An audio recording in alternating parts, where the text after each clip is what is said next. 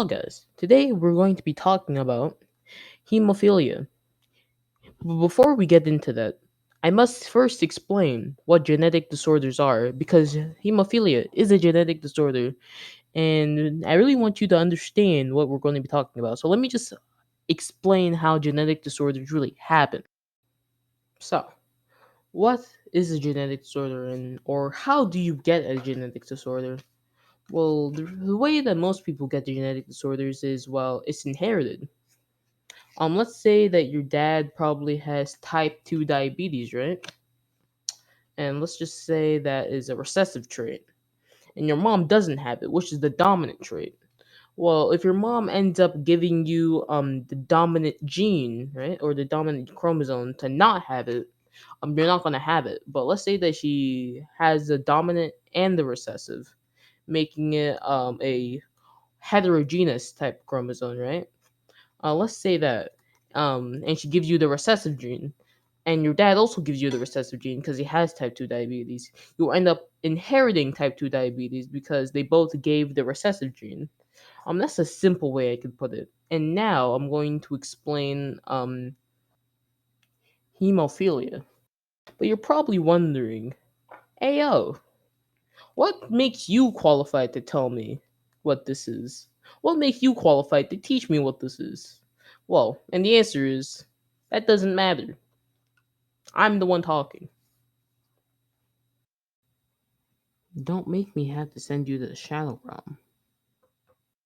Is a sex-linked recessive disorder carried on the X chromosome, so both men and women can carry this disorder.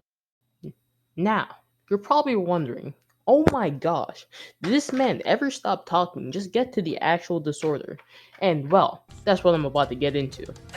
So, what hemophilia actually does is make it so that your blood doesn't clot.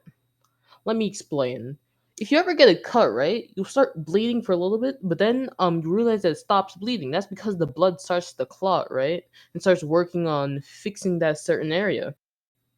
But with hemophilia, well, it doesn't do that. You see, if you get cut, it's practically over because you not only will you keep bleeding, the healing process is a lot longer. So you're just gonna keep bleeding and bleeding and bleeding until, well, you're done. So let's say, right, you're just cutting some food or getting some apples, right?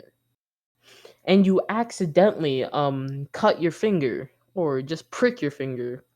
Well, that's tough, buddy, because you're practically done at that point. You're gonna need very did I say quack? Quick medical attention. Because if you don't, well, you could end up back at the lobby screen. Okay, maybe I over exaggerated a little bit. Hemophilia isn't really as bad as you think.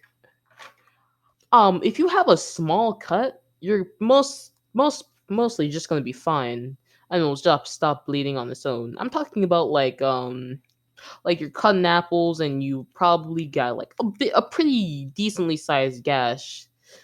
Usually you just band, like my mom used to just give me a band-aid and I'll be fine, right?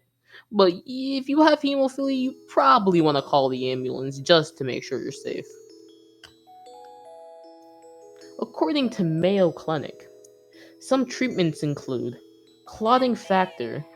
That's something that you can inject to make your blood clot in the areas where it should. And also injecting plasma.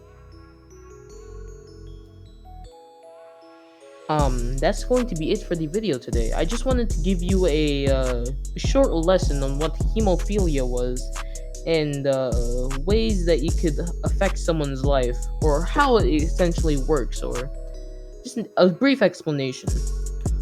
Please do not take this video actually serious. There are some true facts in here, but if you're actually having a serious problem with hemophilia, I recommend that you seek medical attention. Please.